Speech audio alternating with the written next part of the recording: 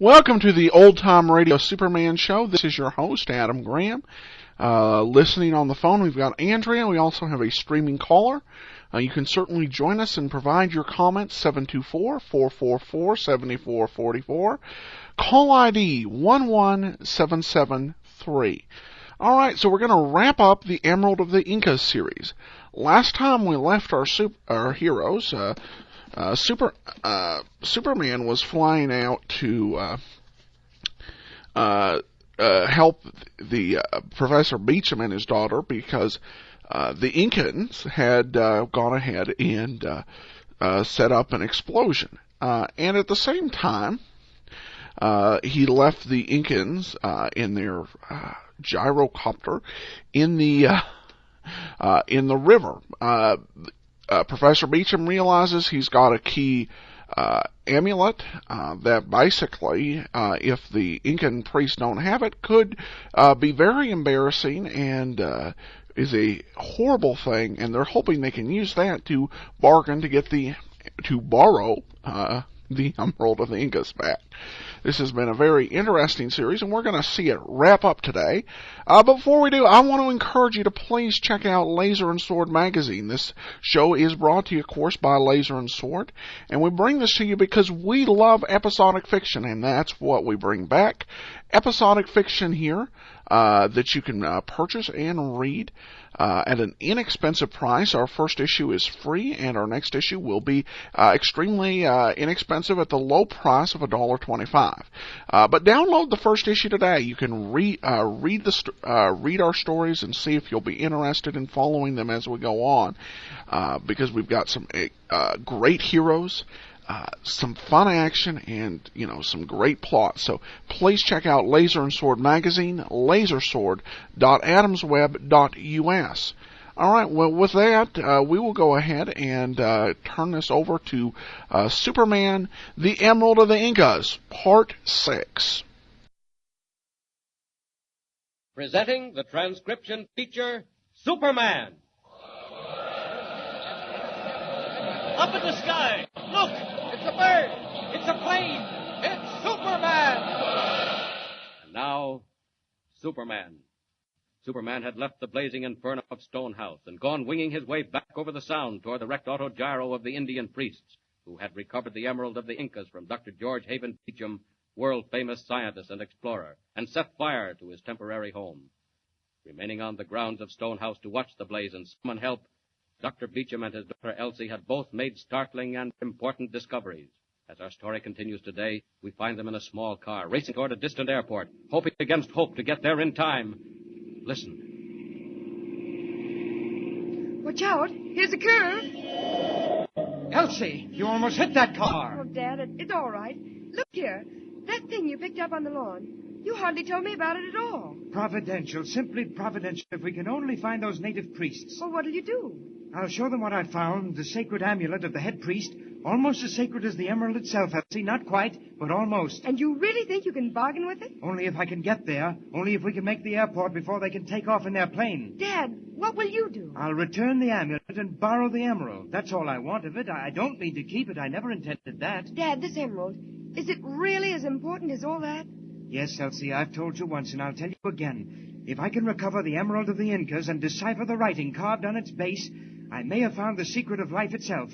Possibly the secret of life everlasting. Oh, hurry, dear, faster if you can. I'm doing my best, Dad. We must get there in time to head them off. I tell you, we must. I wonder if that reporter, Kent, has found the autogyro.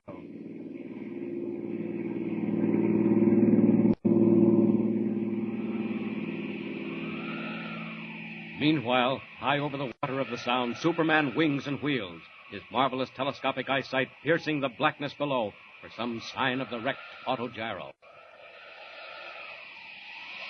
I could have sworn this was the place. Just off that point with the white building. Wait, what's that? Far down below the surface. Looks like wreckage underwater. The plane was sunk deliberately.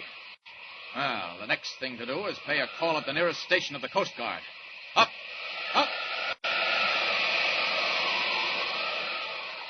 That White House looks like the place. There's the signal light. Down we go, right in the front yard. Seems a shame to wake them out of a sound sleep. The chances are they keep somebody on duty all night anyway. And for the moment, I'll have to become Clark Kent. Superman might amaze even the Coast Guard. All right. What's the big rush? Oh, I'm sorry to disturb you, but... What is it? I'm looking for some friends of mine who set out this afternoon in an autogyro. Oh, an autogyro, hey? Yes. You know them fellas? Well, we're acquainted. We've met. Well, they ain't here, but they've been picked up all right. Oh? Seems they had trouble and came down on the water about a mile out. Indians, wasn't they? Oh, well, yes, more or less. Well, if they ain't, they sure got a swell tan.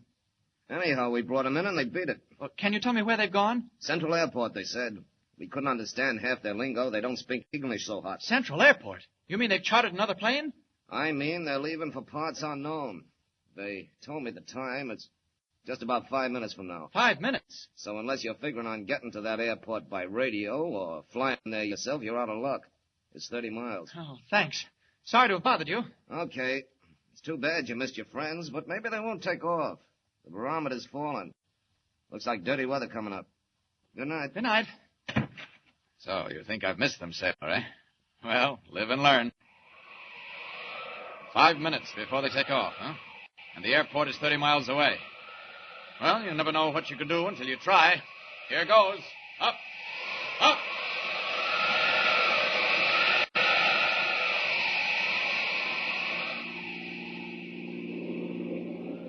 Dad, look, there it is. That's the airport. Oh, and there's the gate. Elsie, what are you doing? You'll put us in the ditch. Sorry, can't help it, Dad. I had to make that turn. Would have gone right by if I hadn't. Look, what's that? Out there on the runway. That isn't a runway. It's a seaplane anchorage. Oh, there was a flash of lightning. It's a plane. It's going up. I saw it in the flash. Elsie, stop.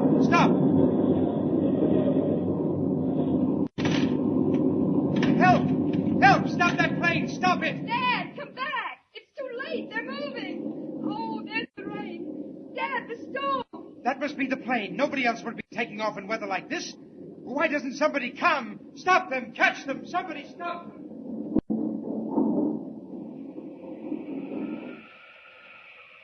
High over the airport, a great white seaplane rocks and slips in the sudden grip of a storm. Lightning traps wickedly through low cloud, shows figures running wildly for shelter on the field below, shows another figure, faster than the storm itself, racing down the wind. Superman, come just in time to meet a seaplane heading south with the Indian priests of Azatlan. Ah, there she is. Must be. Private seaplane swinging toward the open water. And what fools to take off at a time like this. Great Scott, the lightning shows it up like daytime. Not that I need it. Sorry, gentlemen, you've got a fast ship there, but it's not quite as fast as Superman. I think we'll just put a sudden stop to that trip south. If I brought down an autogyro, shouldn't wonder if I could do the same with a seaplane. Here I come.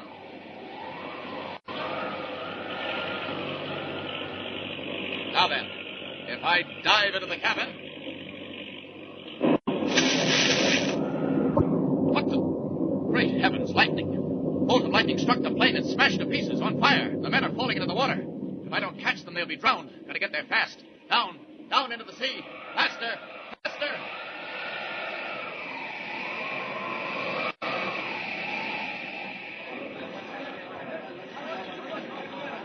What happened, Elsie? I couldn't see. Oh, Dad, I don't know. The lightning. Could you make it out, Elsie? No, Dad, I'm not sure. It seemed as if a bolt of lightning went right through the plane. And then I didn't see anything at all. Yes. Here, stay under the shelter. But, Dad, good heavens, here comes Mr. Kent. Kent? What, Kent, what did you... Evening, Doctor. Or rather, good morning. You got room in here for 3 more? Why, those men with you. The brown men, Kent, the priests. Oh, yes. Strangest thing. I was on my way here following the autogyro when there was a flash of lightning and a seaplane went down in the sea, just off the breakwater. And you rescued them? All but one, Doctor. Pilot was done for. The lightning bolt went right through him. But these two, well, call it luck. Why, Kent, it's amazing. Simply unbelievable. Well, here we are. There's one thing I must tell you, Doctor. I had a choice. A choice? Yes, come over here a minute, will you? Yeah, that's better. Yes, a choice. I could have saved the baggage with whatever might have been in it. You understand, Doctor? Yes, I understand. The emerald. Yes, or the 2 priests. But I couldn't save both. It had to be one or the other. Mr. Kent, we understand. Human life, Miss Beecham. They've done a lot to you, poison arrows, fire. But after all, well, there was something on their side, too. And I couldn't just sit there and let them drown. No, Kent, of course not. You did exactly right. Oh, I hoped you'd think that. It's too bad about the emerald, of course. No telling where it is now. The emerald of the Incas is gone. Forever. Mr. Kent, one of the priests, he's coming this way. White man, you save our lives. We of Azatlan, we thank you. Oh, don't mention it. You have great magic, white man. Magic greater than ours. I have seen you fly through air. Oh, that's enough of that. Never mind the rest. There's just one thing we wanted. We know what you want. The sacred emerald. But it is at the bottom of the great water. And then it's all over. And if that's the case, there's no use my keeping this any longer. What's that, Doctor? Well, white man, where did you find that? On the lawn outside my house. It's an amulet, a priest's amulet of the Azatlan Indians. Could it, by any chance, be yours? White man, give it to me. Of course. Take it. Oh, My goodness. Seems to mean everything to him. white man, you think you have lost, but you have not. What? Well, what does he mean? My magic tell me you do not want emerald to steal. No, of course not. On the emerald was writing. It was writing you wish to read? Yes, that's it. That's all I wanted it for, believe me. Very well. Writing is here. Dad, what does he mean? Well, he's tapping his head. You mean to say you'll tell me everything that was on the emerald? You can remember it? We will do that. Every last sign on the jewel of the immortals. But no one know what it means. Yeah, that's all right. My studies, that's what I want to do, work it out. It may take me years. But, Kent, do you hear what he says? Dad, I can't believe it. Maybe the secret isn't lost after all. Once my people know what writing on emerald mean. Now they do not know. If you help them remember, maybe you do great good to all. Kent, I still don't believe it. It's not possible. Why, Kent, where are you going? Mr. Kent. Well, look, the emerald's gone, but everything else is all right. And I've just remembered something. After all, I am a newspaper man. And this may be the biggest story since the flood. So long, folks. I'm on my way.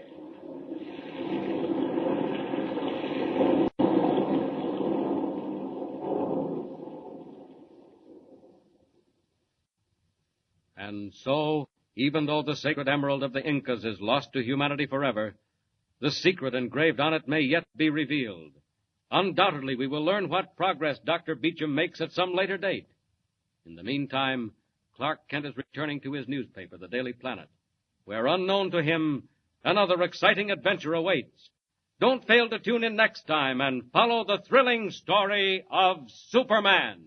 And remember, be sure to tune in the next thrilling installment of the amazing transcription feature, Superman. Up in the sky. Look! It's a bird. It's a plane! It's Superman! Superman is a copyrighted feature appearing in Action Comics magazine. All right, welcome back on the Old Time Radio Superman show. And a somewhat surprising ending. Superman, I think, does come through very heroically with his decision to go ahead and forget about the emerald and save the Incan save the priest of Azatlan. Because of respect for the value of human life. So again, our heroes are products of their times, but I think the heroic quality of Superman still shines through in a great ending, and it'll be interesting to see. I am proud to say that, this series, moved beyond any type of ethnic stereotypes. So next week, Wednesday, we'll start a series called Dinelli's Protection Racket about an Italian-American mobster. Oh, wait. No. No, seriously. Yeah, we'll be moving on to the Protection Racket. But still, a very positive ending to a series a series of episodes that can be quite confusing to our modern ears. And so this miniseries wrapped up. We'll get started on the next one. Please check out the blog, lasersword.adamsweb.us. Please cast your vote for us. Go at Podcast Alley. Just go to podcastalley.com, put in put in Old Time Radio Superman. We come up as the first result. Comments, feedback, email me, Adam at adamsweb.us. For now, though, I thank everybody so much for listening. This is Adam Graham, signing off.